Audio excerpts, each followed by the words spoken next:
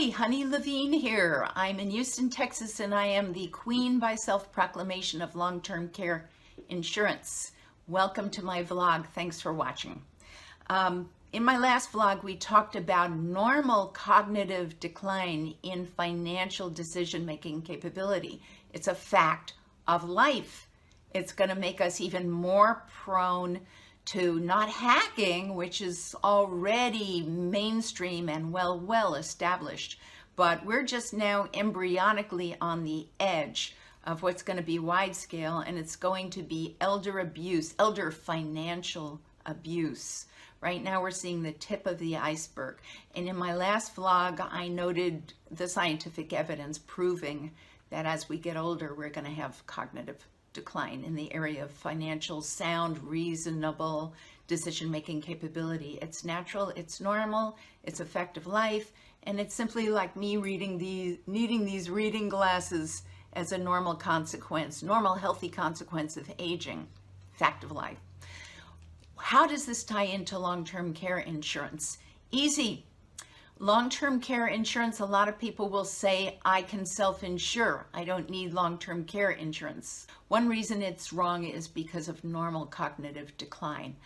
But I can also tell you that when a healthcare event occurs that causes somebody to be entitled to collect from their long-term care insurance policy, that is a point, that's a crossroads in life when that person is at not only an extremely vulnerable, often frail state, their financial decision-making capability has just undergone a natural aging process, but in addition, and most importantly, they're in a fearful state. That's what's so fundamental, and this is a major reason why even affluent people whose advisors or who have convinced themselves, they've persuaded themselves to believe that they can and will self-insure.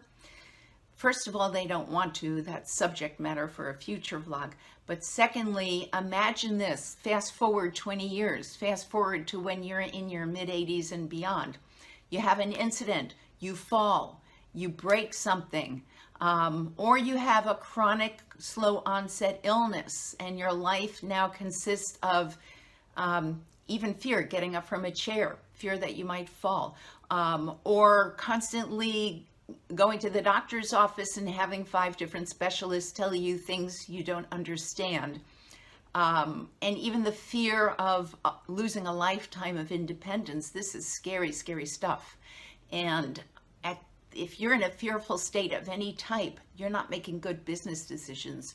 So that it's enough of a full-time job to deal with your medical problems and fixing your physical workarounds of how you, emotionally, how you're going to adapt to a loss of some of your independence. That's enough of a full-time job, in my opinion. The other thing you don't need, along with this whole big ball of wax you got adjusting to your new decline, is you don't need to be at that point when you might be in a normal state of cognitive financial decline. You don't need to be thinking about in an emergency reactionary situation. You don't need to be thinking about which of your assets you're going to use to fund an unplanned for, what we call spending shock. You might have done an excellent job of planning for your retirement, but you didn't factor into the budget an unplanned for spending shock that is in the form of a long-term care expensive need ranging from 40, 60, 80,000 and more a year. That wasn't planned for. So how do you get over, what asset do you invade? At what penalty? At this emergency or fearful intersection of your life? How do you, this is not a situation you ever want to be in, and you don't want to put your family in this situation either.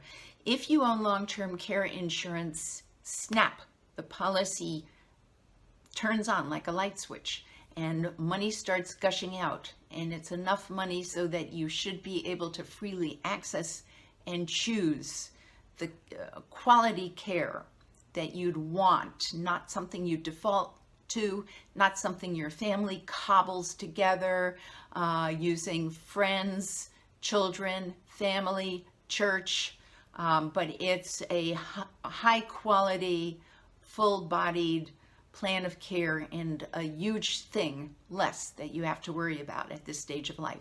So long-term care insurance is for highly affluent people, and they are some very prevalent. They buy in a higher proportion than people that are middle class who also very much need long-term care insurance. Thank you very, very much for watching. I appreciate it.